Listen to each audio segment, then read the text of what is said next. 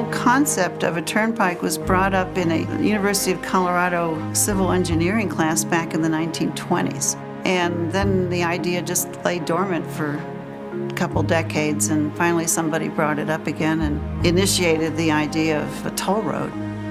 It was a real success, and at even 25 or 35 cents, it was paid off in 1967. Broomfield's been here a really long time, but it didn't really change dramatically as far as its character until post-war when they built the turnpike. You used to have to kind of go a roundabout way up through Lafayette and cross on Arapahoe Road to get to Boulder. And so they decided to build a turnpike that would go straight from Denver straight to Boulder. The only way that he could get it passed was to have it be a toll road. There was only one place to get off of the turnpike between Denver and Boulder, and that was at Wadsworth. A lot of the old farmer families and communities, I'm not so sure they were that excited about the new development. Everything was changing. I can remember him saying, the turnpike, that ain't nothing but a waste of money. It's just a place for the people who own them hot rods in Boulder to race all the way to Denver. And they're gonna be all those viaducts just a place to breed crime. You know, people aren't happy with change. The turnpike opened in 1952, and under Wadsworth were the toll booths. And the workmen one day were throwing out their sandwich scraps or something, and along came this stray dog, and he was a mongrel, but he was part shepherd. They just kept him, and people would come along, and when they would pay their toll, they would give a little extra money for dog food or drop off a dog toy or something like that and take care of Shep. I mean, everybody loved that dog. Everybody would look forward to seeing that dog. And Shep was there every time you went. And he just lived there, and the toll booth men expected him to live there, and they took care of him, and he lived there 14 years. The desire that comes out of the war for a calmer, more bearable way of life, that's very strong. The economic situation and the federal programs to support home ownership and to build roads that would make suburbs accessible, that is what makes it possible to say, well, I don't need to be that close to work anymore.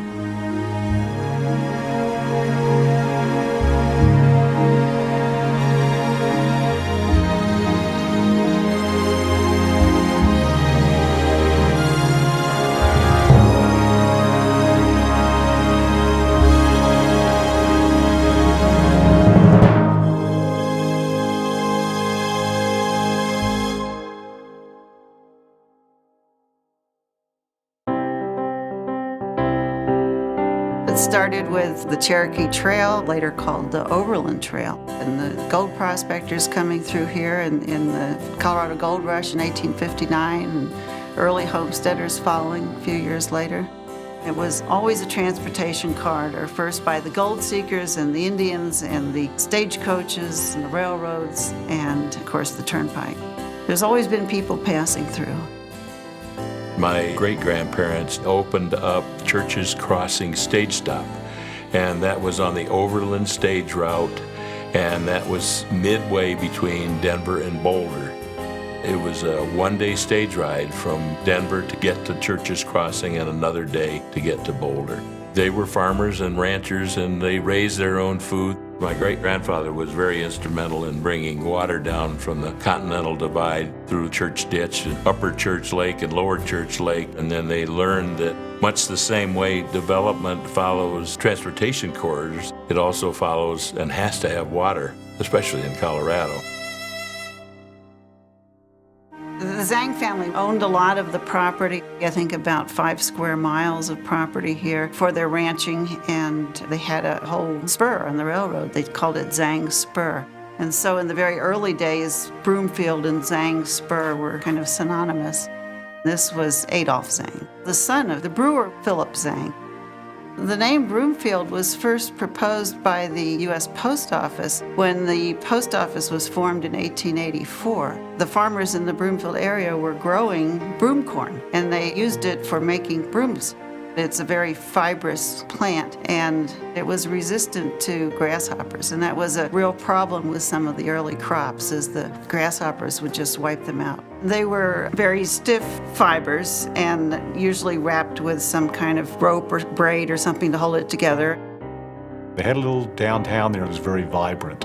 A number of the historical buildings were either demolished or torn down. They used to have the train depot, the post office, the grain elevators, the Grange Hall, which is there today, the old Broomfield garage. They had all these things in this one little one-block stretch. Big parties they had in the summertime at the Grange Hall. People came from miles around, made a whole day of it. They had live music with fiddlers and other musicians. And the old people, the young adults, the kids all danced and partied in there, and it was known as one of the best places to go to dances all around. They just lived off the fat of the land. That's the way it was. It was all farm community here. Very little was bought. You did it yourself. You farmed it yourself. You made your own butter. You had your chickens. You had your cows, horses, pigs. You had your sheep. My grandmother and grandfather, came from Kansas to Broomfield in 1915. They continued to purchase land to where we ended up with about 180 acres down by where the city-county offices are, and also 10th and Main. We had a barn where the Bruner house is now located, and I think every kid needs a barn. That's where you dream of big things to come.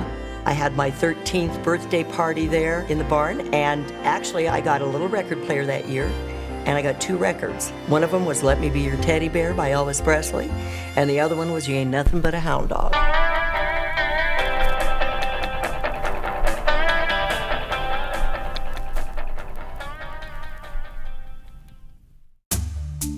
For the 1950s, the scale of home ownership is dramatically different from anything that came before it. Returning World War II veterans, the GI Bill, the economic boom, a prosperous period, and the veterans really wanting to have the reward for their service. Really, the federal programs to support home ownership and to build roads that would make suburbs accessible. It's such a distant location from other areas. It's almost like a laboratory. We can control all the variables here. The press was calling it a dream city. This is the society moving into a new era of prosperity and democratic economic opportunity, and the idea that a good life could be available to so many regular folks. They called it Broomfield Heights originally. That and the Turnpike grew together. I mean, it was called the city by the Turnpike. So it was this new concept, this new highway, the new city, these post-World War II small brick homes, and they were just touted as being, state of the art. Everybody had a garbage disposal. Everybody had all of the latest appliances, and, buy our home and life will be wonderful.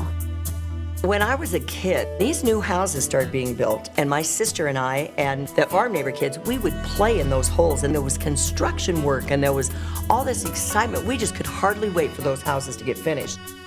When Broomfield actually started, it was considered to be a planned community, one of the first in the United States. Curvilinear streets, neighborhood parks. When Broomfield Heights started out, it wasn't actually a city. It wasn't incorporated, so they depended on the county for their services. We tried every way in the world to impress Boulder that they needed to build a high school and expand it in Broomfield because it was inevitable that we were going to grow. It fell on deaf ears. We were just kind of a distant cousin, an orphan out here. More cattle and horses than people. So you had a cluster of homes out there, sort of on the prairie, and they had to sort of come up with ways to serve the needs of their kids and their families and their community. You had this character develop in Broomfield that we're going to have to take care of ourselves because nobody's going to do it for us. There's no government, so we passed the hat. And I can remember many Saturdays walking up and down streets asking for contributions to pay for our police department. I was the justice of the peace, and we held court at my home every Tuesday and Thursday nights from 7 to 9. They didn't have any schools at first, so they started what they called their cottage schools. They held classes in the houses. The first cottage school was over on First Avenue, and they had elementary classes for the children. It was a house with normal-sized rooms for a family, so they didn't have a lot of children in a classroom. And then Emerald School was built, Cole School was built, Birch, and of course then the high school. We had a very small shopping center, bought our groceries in the basement of Empire Savings. That was Val Swan's company, and Val Swan is the one that had the vision to build Broomfield. Had a very prominent investor, Dwight Eisenhower, who was a personal friend of Val's.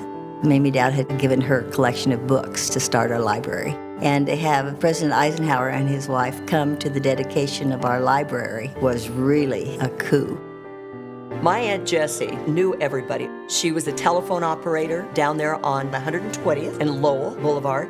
On the party lines, if you didn't know where someone was, you could just pick up the phone and my Aunt Jessie would know exactly where they were. So when we had all the kids coming in across the street in these nice houses, you know, I lived in an old farmhouse, and gosh, everybody had low ceilings, and it was just a totally different lifestyle. But they'd invite me over for a Sunday, and it would be playing a game or having fun. But when I invited them over, it was for branding, dehorning, and vaccination. Needless to say, some of the kids didn't want to come back. My grandmother, she probably had a little insight more than we did. You know, we were a little bit upset she decided to sell the water rights on our property. And I think she saw the future. So my father on horseback, on our old horse Star, brought the cattle down and right into the driveway, right into a sale truck. And that really was the last roundup. It was the end of an era.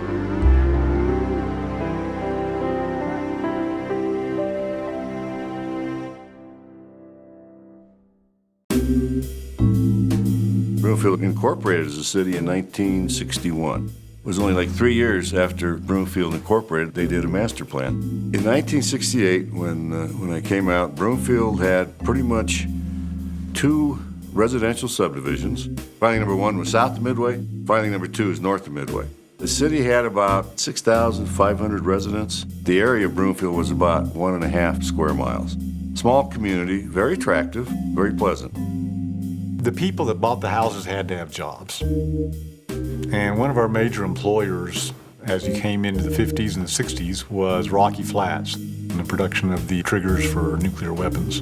This is the height of the Cold War at the time, but the jobs at the Flats were well paid. In the late 60s, an incident happened that touched off a whole series of annexation wars. Before 1970, Broomfield was located in one county, Boulder County. We were on the very corner of Boulder County. So 120th was the southern boundary, and Sheridan then was the eastern boundary of Boulder County. Well, in 1969, Western Electric announced the construction of a large plant over on 120th and Huron, which was to be located at the new interchange on I-25. The interstates were just being built in the 60s. That was sort of a new area for development north of Denver. Western Electric was to be a huge employer. They would have jobs for the community, bring in tax base. So you had these communities of the north that were very small, North Glen, Westminster, Arvada, Broomfield. And as a result of these annexation wars in 1970, Westminster annexed to the north. They not only got the Western Electric site, but they also cut off Arvada and annexed over to Stanley Lake. And so Arvada could not go to the north, and Westminster sort of locked up that whole area for their future development. As a result of all this annexation activity, Broomfield needed to look out for their interests. So in a defensive posture, we began to annex to the east. That took us into Adams County. At the same time, we annexed a few of the old farm families that we had relationships with south of 120th. After these series of annexation wars, we were suddenly in 3 counties. And a lot of the areas that Broomfield annexed, actually the farmers and the original owners said, well, you know, I don't want to farm anymore. Maybe it's time to annex my land into the city, and some held out longer, but I think they all knew that development and growth was headed this way. Annexation is important to a property owner because if you plan to sell your property or develop your property, you really can't do it unless you have a water supply and a sanitary sewer system. You really have to annex to a city because the cities are the ones that have the water and sewer systems. Things were pretty quiet annexation-wise on through the 70s. Attention was focused on putting in water and sewer lines, building out these developments. But in the early years, the challenges were really to make sure we, as each development grew, that we were able to get a neighborhood park and playground within walking distance of every youngster in the community. And because of the requirements put on the developers to assist in that role, it was a nice partnership, and we were able to achieve our master plan goals in doing that. In the early 80s, we made one key annexation, and that was property along the turnpike in what today is Interlochen. Well, in the middle 80s then, the cities looked at expanding their boundaries, and once again, they had eyes on the same properties. This touched off the annexation wars with Louisville, Lafayette, Westminster, North Glen, Thornton. So in 1988, we were right in the middle of this annexation battle that would set the future tax base for years to come and set the financial future of the city. Westminster wanted to cut off Broomfield to 144th and annex all the way over to Boulder County line. Broomfield wanted to go north of 144th, up to the Weld County line at 168th. We wanted to go over to I-25. Thanks to the work of some of the city staff members and elected officials, we annexed property 160th and Huron and cut off Westminster's growth up along I-25. It certainly was a big chess game, and it certainly put us in conflict with Westminster in particular. Broomfield, as a result of a lot of these annexations, was in 4 different counties: Adams, Boulder, Jefferson, and Weld. The community went through a citizens' vision process, and one of the recommendations of the citizens was that Broomfield consider becoming a combined city and county. So here we are in 96. Citizens say, go create a city and county. Okay, well, that hasn't been done since Denver did it like 100 years ago. So procedurally, you had to change the constitution of the state. We decided to go through the state legislature. It was placed on the ballot. There was a citizens group that worked very hard statewide to explain why Broomfield wanted to become a city and a county. So then it was on the statewide ballot and was approved. And so then the question becomes, now what do you do? And we thought about, well, is there some way to streamline all of this? The police chief serves as sheriff. We don't need 2 positions. But we combined the Health and Human Services Department. Finance director then assumed all of the duties and functions of the county treasurer. After we combined city and county government, that has saved Broomfield taxpayers over $60 million in property tax revenues. Back in the 80s, certainly in the 90s, as we grew explosively, we had lots of new residents, but we had no tax base. Broomfield had one of the lowest sales tax revenues per capita of any city in the metropolitan area. So we focused on first-class business park with corporations for the property tax base to help the residential part of the community, and then to plan ahead for retail development, a regional mall. Prior to the Flatirons Crossing Mall coming to town, the challenge was to do more with less, and our citizens supported us, getting the Bay Outdoor Aquatic Park and the senior center and upgrading our recreation center. And then as we grew, and of course as the Flatirons Crossing Mall came in, then the revenues picked up and we were able to expand on that. We're finally able to build the new soccer fields, build the new baseball fields, build the new rec center, build the library. Broomfield sales tax revenues per capita now are like 3rd highest in the metropolitan area, right behind Denver and Boulder. When you have a parks and open space system that adds a feeling of openness to the community, for some reason that helps reduce the crime rate. But if you take a look at the major types of crimes per 1,000 population of all of the cities in the Denver metropolitan area, Broomfield is either the lowest or next to the lowest in major crimes per 1,000. Streamlining government can be done. It's not easy. It takes a careful financial planning. The Broomfield local government and the citizens do work together. We do have a unique approach to governing. We take our citizens seriously, and I think that aspect creates the spirit of the community, the Broomfield way. Considering the relatively short period of time that Broomfield has been a city, the growth has been remarkable. You go from a population of 6,500 to approaching a population of 60,000. That's quite a bit of growth. But I think fortunately, from Broomfield's standpoint, it was well managed. We had the master plan. City council was very committed to the comprehensive plan and the growth policies and the open space goals and the idea of an interconnected park system, and all these things came to play. I think it came to our roots as the old planned community out in the middle of nowhere. People had to work together, rely on each other to get these things done. They want to be part of something special. And so we have this sort of tight-knit sense of community and sense of accessibility and responsiveness to citizens that goes back to when we were a little tiny community in the middle of nowhere.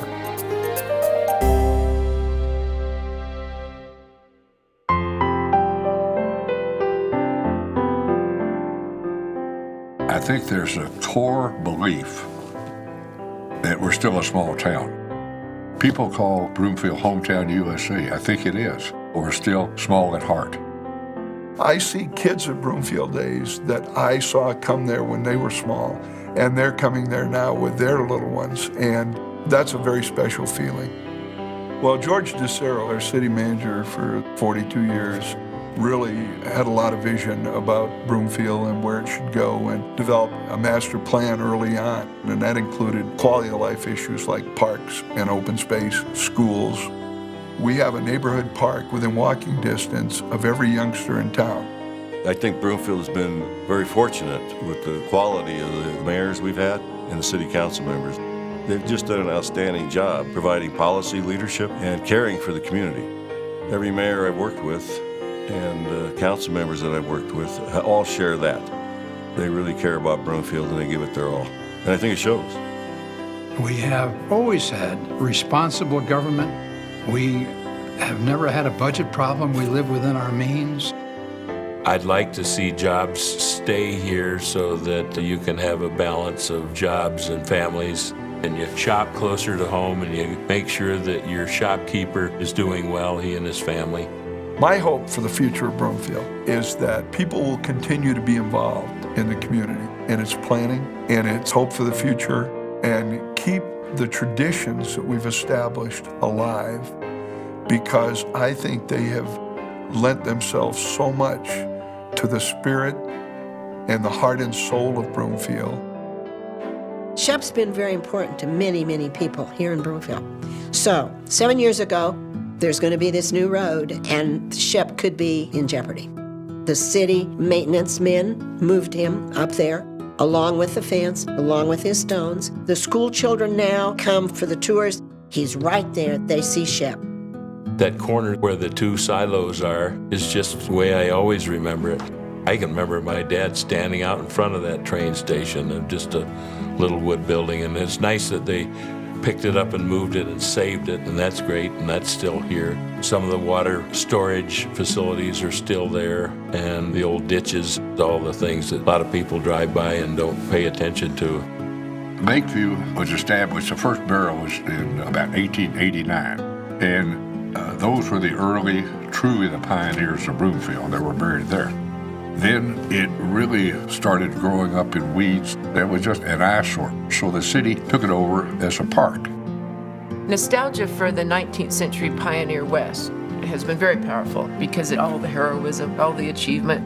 And maybe the people look back nostalgically at the great pioneers of the 20th century. They pitched in and they made homes. Then they created schools and they made themselves into a community and into neighbors.